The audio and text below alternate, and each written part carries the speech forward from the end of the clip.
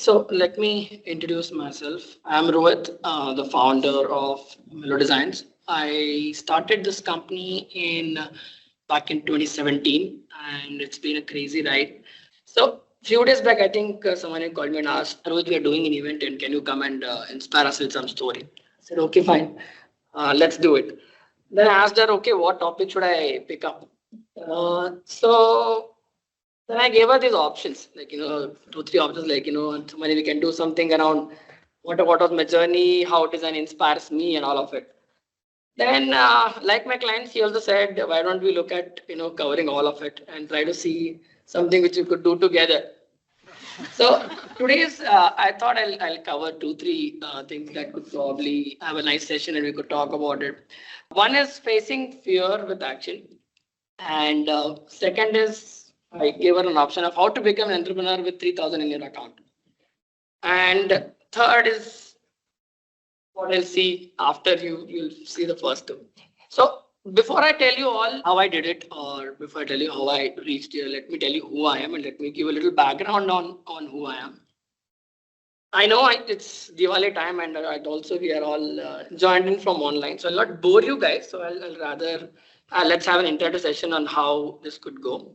Okay, I come from a place where if you know Peda, Dharwad Peda. So I come from Dharwad, which is a small town in the north part of Karnataka, and I grew up as a kid in a middle class family.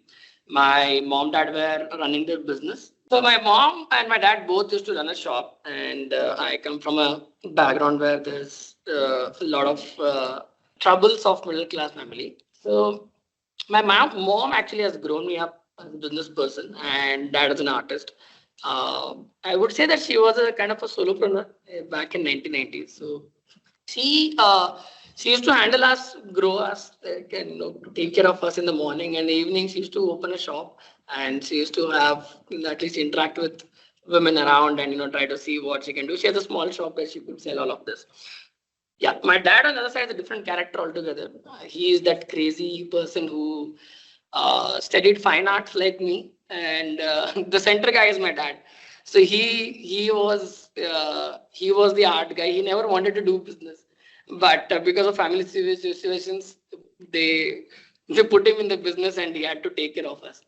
Uh, but he was a different kind of person altogether. Even now at 62, I think he recently did a Leh Ladakh trip from all India trip from a car, from starting from Karnataka, Dharwad to going to Leh Ladakh in a car and coming back.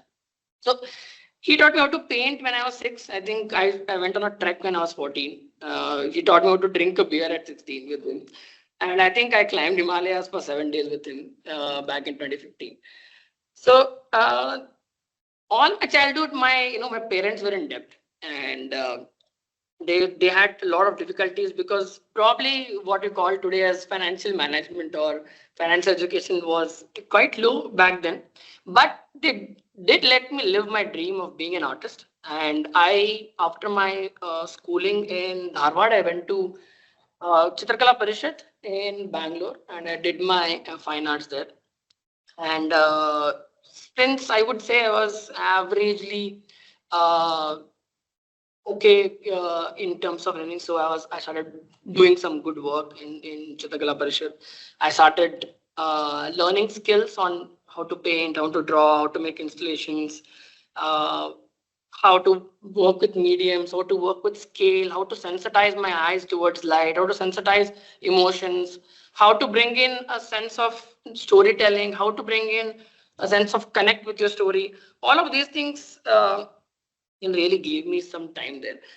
But CKP was like a like a black and white film. I mean, there is no marks, there is no exams, there is uh, no one to ask you anything for 4 years. You can do what you want, and eventually after 4 years, you realize you had a lot of time in your hand to do. So I think I made use a lot of use of that time in my hand. I used to do uh, tattoos. I used to go and on weekends and take up graffiti work for film sets, and that really opened up a lot of exploration on medium.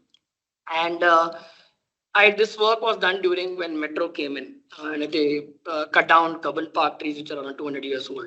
This was done with measuring tapes. There's an installation of around 8 by 12, what we use for stitching clothes, which are the measuring tape. I did this because I moved to city and I thought of people in people generally move across to city to measure themselves on where they are, not in terms of just money, but in terms of the lifestyle or in terms of what they want to do or where they want to go. So I thought probably a landscape of what a metro life is. I was thinking on that and I made this installation. One of my friend was working on another artwork and he thought of covering the whole place of CKP with a cloth, and he had a narrative of how a place which is usually unnoticed becomes noticeable when you cover it. This was his final year project, so I helped him in execution of it because that's a big challenge of because what kind of cloth, where to go, what to do, photography of it, documenting the video because it's just a one shot of putting it down. So then I realized, okay, I have some skills to probably make it a little bigger. So I worked on another project. If you all remember Anna Hazare time, this was the flag which was hosted in GKVK. This measures around 450 feet by 150 feet. This is a Limca record breaking flag in India. And I kind of planned it out on how do we execute it. We failed on the first one. If you can see the white cloth there backside. And then the second time we actually could succeed. So there was a thing called Amma Foundation, which raised the voice against corruption, and they hosted this big flag. Then I did a self-portrait as my final year artwork, which was done with teacups. So I realized, what do I do? What do I do? I was thinking for almost 15 days on what do I do for my final work. Then I thought, okay, this could be something interesting that I could think of. So I took around 4,000 teacups and I filled it with different colors, how the way you see here. And I then made a portrait of myself, which looks something like this. So people witnessed it from the first floor, and this is how it looked like back then. And I used to look like this back then.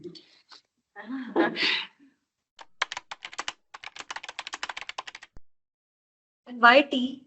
Why? Tea. So as I said, it was like in black and white era. So there's nothing happening in the college much. So we used to keep sitting and chilling in the cafeteria, and used to have the most of the things that I learned is during the tea. Actually, even my professor used to come down and used to the canteen and have conversations over a tea.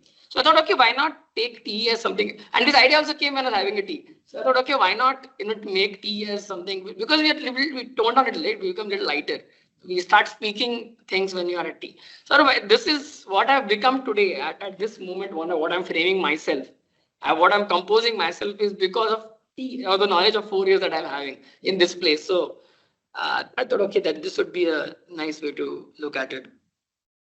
That really gave me, some limelight of my work, and the week published it in their magazine. I was there in all the papers in Bangalore, from Times of India to Vijay Karnataka to all of it. And the process was fun. We used to take all of the inks and dilute them and then bring it up. And this was the third time then when I actually could succeed it, because the first time we trained, the second time monkeys came and danced over it. Thankfully, I got awarded. How many hours it took? How many days? The first one took me around 1.5 days, and then I cracked it. So, the pre-prep took me around a week, but the execution took me around 1.5 days. Then the second time it took me around, I think around 7 hours or something or so. Then I thought, okay, I'm alone. I cannot do this, so I need more people. That's why if you see, I have got people down there who are standing with all my friends. Then I started telling them where to put which color. So I've done a sequencing of which color will come where, and I had plotted down that on the sheet. And it was actually worked on in Excel to execute this visual. So you were looking at it from a perspective to see how Yes. where. Yes. So I know that from the first line, first 20 cups will be blue, next 2 will be black, and then it will be red, and then it will be so on and so forth. That's interesting. Like to see the Excel file.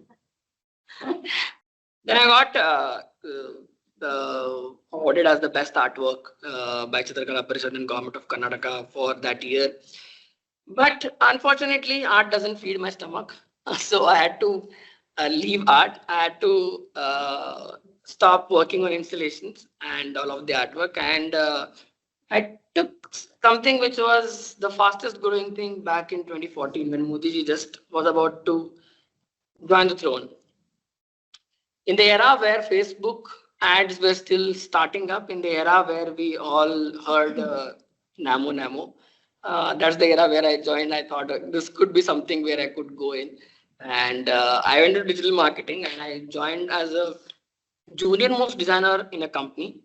And after a year of eating Whitefields dust and pathetic PG food, and a lot of scolding from my boss for coming late, I realized I need to do something more than this for what I was doing. So, but somewhere, this is where the fear came in, right? The fear that because somewhere I was in my cautious mind, I am in a middle class family, and I'm doing great. I'm earning around 25-30K, and eventually I'll probably, if I move down this lane, I'll be earning like around 60-70K. But I think fear because I had to do masters and I had to take a loan for it. But what if I can't pay it back? That fear comes in. That fear kicks in. So what did I do? I took an action with fear, and which I now, when I look at it from a retrospective, I think somewhere that relates to my story that I always have fear, but I always take some or the other action to overcome the fear. So I did something called as calculate risk. I calculate, okay, if I take a loan, how much will I actually lose if I'm not able to do, and what kind of a job will I probably get if I get into NID and come out. I got selected as one of the toppers in NID, and luckily I was in the previous night, I had no clue. I wanted to clear IDC and I had no interest in NID. I had a party previous night. I slept at 3 and went in the morning and just gave the exam, and luckily it turned out to be a good thing. But I got the admission certificate and I didn't get my loan, which I had calculated. So I have a seat, but I can't pay fees now. Again, fear rises that, what will I do now? Because I had already put papers. I had calculated that I'll put papers in 1 month. I'm going to go. I put my papers. I don't have loan and I've got admission seat. I don't know what to do. So how will I do this? Then I asked my relatives, my friends, my family. They offered, okay, I'll give some 25K, 50K, all of that. And then somewhere, as Shah Rukh Khan says, किसी चीज को सच्चे दिल से चाहो तो पूरी कायनात मिला देती है. So that's what happened. I got an email from HDFC on a Thursday morning, and that was a pre-approved loan because I was working for 1 year. Coincidence, but true. If I had stopped trying with the fear that I wouldn't take, I think I wouldn't have been where I am, and maybe I would never go to an ID. So eventually I landed up here. This was a cleaning drive that we had done because when we entered, it was all mess. So if you can see all the baggages on the right side, that the garbage bins. So I did my master's in photography, and I had, imagined before going, I'm going to be like a commercial photographer, like a Tabu Ratnani or someone like that. I'm going to click models and all of it. I landed up there and eventually realized it is nothing like that. It is totally opposite to it. They were actually making a narrative. They were teaching how to work with imagery and how you need to tell stories with imagery. This was a black and white session of what we had done. And I think I engaged myself more in the extracurricular activities than in the college. I spoke to every person on the campus. This was like I would say this campus is like a resort because it's a secluded 7-acre campus area where there are only 200 people stay. And you get food, stay 24/7, studios open. So, is it NIT Gandhinagar? Gandhinagar. So I think I quite had fun there. I really enjoyed the process of learning, and in that time I also I started asking questions. I had started a lot of self-doubts, life questions. But again, I made some artworks which really stood out there and which are now gone into their galleries. This is one of the artwork which I made about the mills that shut down in Ahmedabad. few years back when the machinery came in and the handloom mills had to shut down. So I actually I cut out my artwork, and people could peep through the broken walls of the mills, and these photographs are actual photographs of the mills. These are all under High Court now. And I went when people peeped through inside, they could look through the stories of what happened with the life of people who were there at their peak in the career, and what are they doing right now. These guys whom you see here in the photographs were actually managers and leading the handloom thing, but since they couldn't upgrade themselves, they landed up here. How did you how did you found out these people? So the mills are still existing there. They are under High Court. There are around 19,000 cases, Yeah. which are still pending, and unattended are I think around 43,000. And all these mills they started shutting down overnight. So I actually sneaked in on most of them, and I got caught also in one of it. And actually, there are a lot of illegal drug dealing stuff happens in these mills. Some of the mills are converted to the coal mining industry, which are like semi-legal right now. So they take this and they try to make the steel or bend the steel and all of it. But rest of it, they sell daru kadda. Most of them have become daru kadda. So they wanted to break my camera, and I was like, guys, I'll just delete this. Let me go. I'll delete and I'll let me go. I also learned a lot of light. I also did a lot of nice, good photography, studio light, and all of it. And eventually, after 2 years, the stress level was so much. I was in a phase of depression for almost around 2.5 months. This was my last artwork at my college, where I told a narrative of why I have become who I am and why I am always bothered about achieving or moving further, and how it is connected to my parents and how my parents have come in, and how my dad had a responsibility of taking some stuff. So these are all charcoal artworks that you see on wall. The original artworks are actually double size, but they didn't allow me to put it. So I had to print them and I had to put them on the wall. I also, my grandfather is a poet, so he wrote a poem on the family situation and how did we end up here, because my great grandfathers were quite rich. They had a lot of farms, they had a lot of money, but an event happened in my family due to which we came here. And the diary that you see on the wall is my father's diary. He used to write diary every day, and one day when his brother died, he stopped writing the diary. So I thought that those open pages or the empty pages which he stopped could become a narrative for us to realize why it stopped, or look at what that emptiness that started in. And I converted that emptiness into the artworks of what he was feeling at that point of time. I superimposed my photographs on the artworks of charcoal that I did, what I learned, and which is my favorite medium, and how he felt at that point of time. After 2 years, I realized that I could do more than what I've learned. And instead of proving for 6 months that I'm a certified designer, which is the graduation project, I certified to myself that I can make money out of this education so that I can do a living. Because I was out of my loan. I couldn't get a recharge of my loan. And after 2 years, GP is something that you have to do with an office. And as per my rules of NID, I had to do something which is around documentary, because supposedly the course is called visual communication and art documentation, which I didn't want to do. So I said, okay, I will drop out. And I had 3,000 in my account when I was coming to Bangalore. And fear comes right in front of me again. And I felt, okay, what will I do now? I don't have money. I don't want to ask my parents. I want to do something about it. So I called up. I went to the job fair and I got a good job offer of 65K. But they were asking me to edit photographs for Amazon imagery, basically cleaning up the white dust and uploading it in bulk. I said, okay, I don't want to do this for sure after doing masters. So I declined that offer, and because I wanted to take that risk now again, how will I face the fear of becoming an entrepreneur? Who I should be or what I should be as an entrepreneur? That came into question. So I how did I get my first client? So I moved. I asked a friend of mine when I did that teacup artwork. He came in. He's 48 now. His name is Vishwas, who is now my business partner. He came to college for hiring graphic designers, and he saw my artwork and he had offered me a job.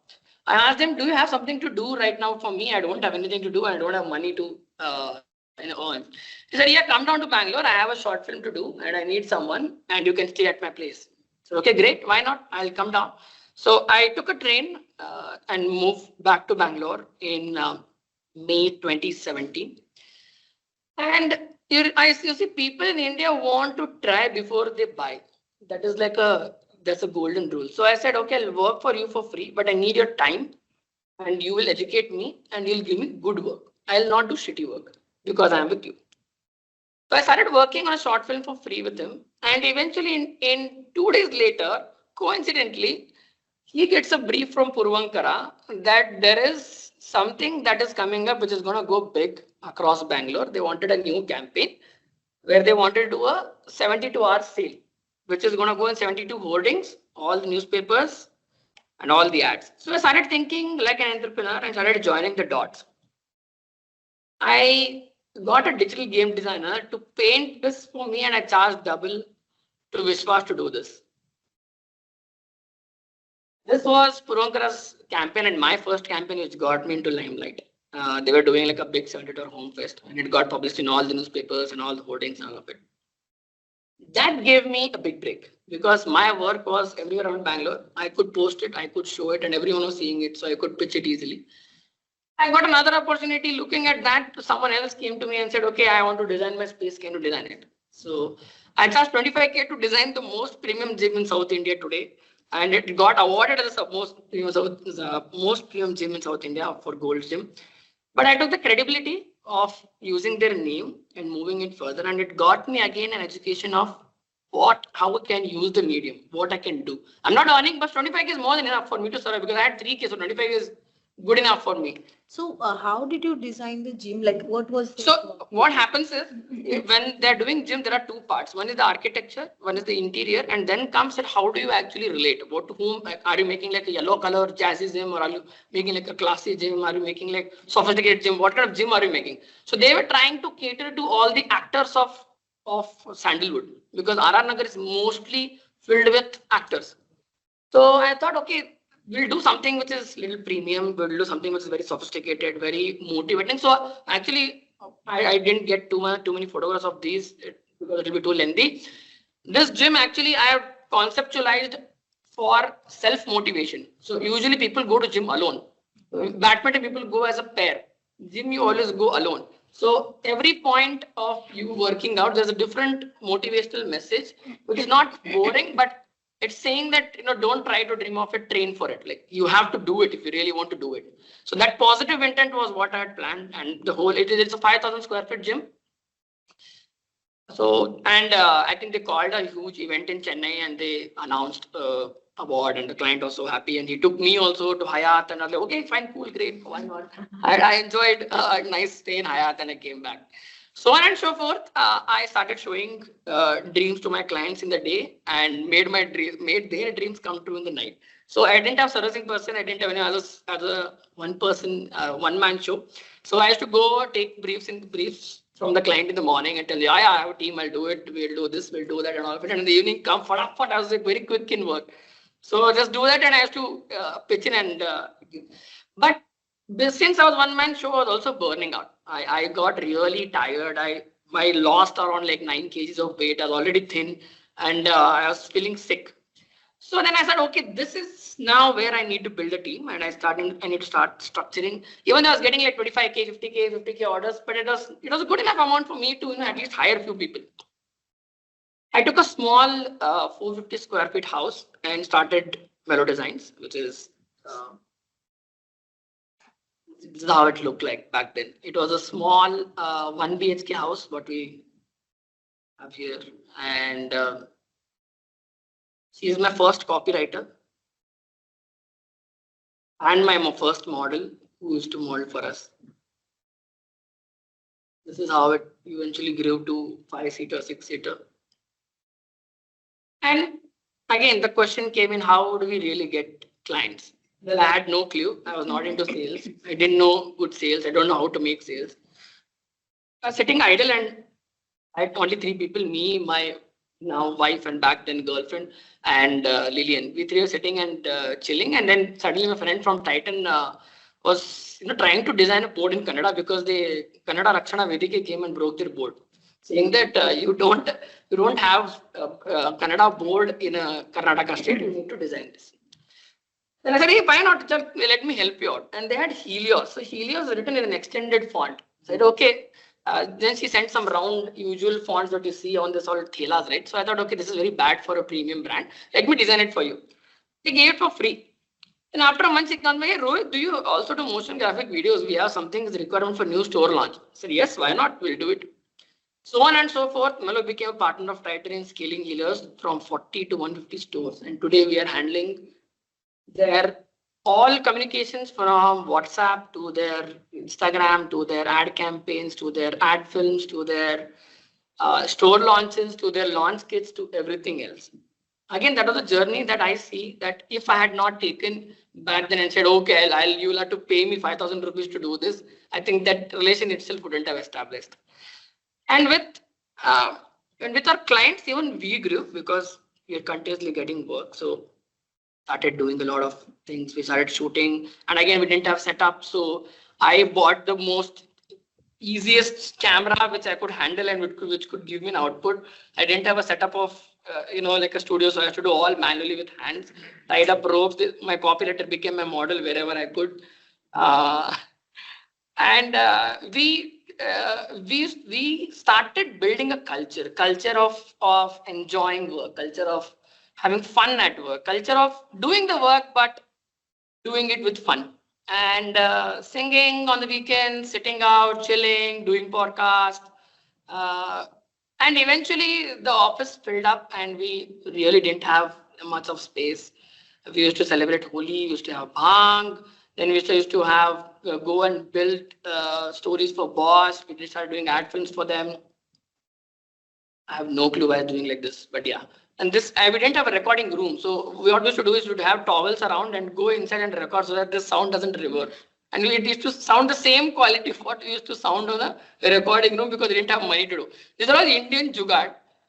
We wanted to do a stone shoot for a brand, and they were saying you for the location you have to pay 35K. I said I don't have money. I went to Ramnagar where there are stones where Sholay was shot. I paid 100 rupees for the security guard, told him to go and get a drink. I went there with two curtains, told the models to change, went there inside, and we shot it. We used to do a lot of barbecue parties. We used to call people like how you're calling now. We used to call people to talk. We used to dance out loud. It was open sky in the office. And again, since we didn't have drones and everything, we used to shoot like this. I used to hold my cameraman and models to sleep on the floor. But all it matters is that how are people looking at it? What narrative I am building with that imagery? I didn't have team to actually do a planning for the apps. So I learned how to do for the first time of how to prototype and how to connect the pieces to build something. We also did like what a culture is, we started painting murals and all of it. And we used to do something called as a table doodle. So in the evenings, we used to have like a huge paper and everyone used to sit around with a coffee and everyone used to get pens. And we used to give a topic, say Bangalore is a topic. Then everyone, what Bangalore means to them, they used to start drawing what Bangalore means to them. And then eventually that artwork would be around say 15 feet by around like 2.5, 3 feet artwork, which used to come out. And used to host Diwali parties, have fun. It was always a mix of, fun and play. We used to do neon parties, used to host Ganapati. Then we came to a point where we didn't have space to even sit. So we grew so much. Then we thought, okay, we'll go to a new place. And we asked employees, where do you want to go? Everyone said, you want to go Koramangala, Indranagar. And the why I was like, no, that's a happening place. It's like old Bangalore and Rajaji Nagar. Who wants to sit here? Like, okay, fine, let's go there. Let's find out what is there. Then I eventually landed up here in a villa. So I took an old villa, and the villa was like a 1980s villa, and we converted that villa. We painted it out. It was looking like a ghost house when I entered with all the jalis around. But it's a beautiful architecture that was done, and we converted that We started painting around on the walls. And I think we had like a really good, nice team which grew to this size. And today we are like around 26 to 27 people in house, and we have another 20 people who are working as a partners with us. So what I learned in these years is, I think, show what you're best at. It becomes a kind of an addiction, and whom you're showing it, they'll be bound to come back. And once you make that mark, you start demanding the worth. Like, okay, you had a taste of it, but I can't survive with this. You will have to pay me more. So this is what I have seen through in these years, and what I've achieved. If you don't mind, I can play like a 2 minute or a 3 minute video if you Yeah, want. sure. Hey there, Mello wants to be your friend. Wait, who is Mello? Mello was the one who partnered with Helios, India's largest watch retailer, to create a seamless digital experience with a contemporary and functional e-commerce website. We also designed unique and creative digital campaigns, helping them reach 10 CR plus customers and clocking revenue of more than 6 CR.